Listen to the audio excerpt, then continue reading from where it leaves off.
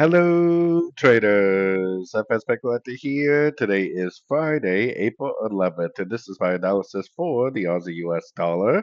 If you haven't done so yet, definitely do join my free Discord channel, which is linked down here in the corner at the end of the video, and take a look at my website, fxpipcollector.com.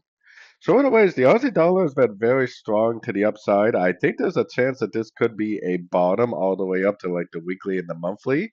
If it really is a bottom, the only thing that's really going to prove that to be 100% is it going up and taking out all these highs.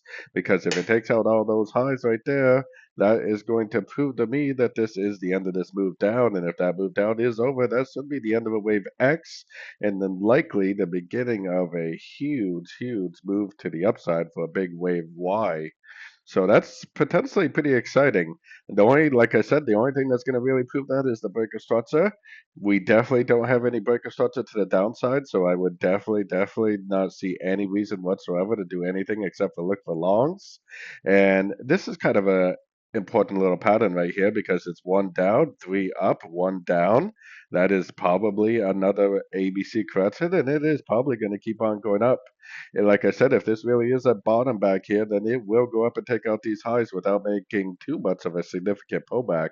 So I would definitely be recommending longs unless you see a very significant breaker structure to the downside, preferably at a Fibonacci retracement level.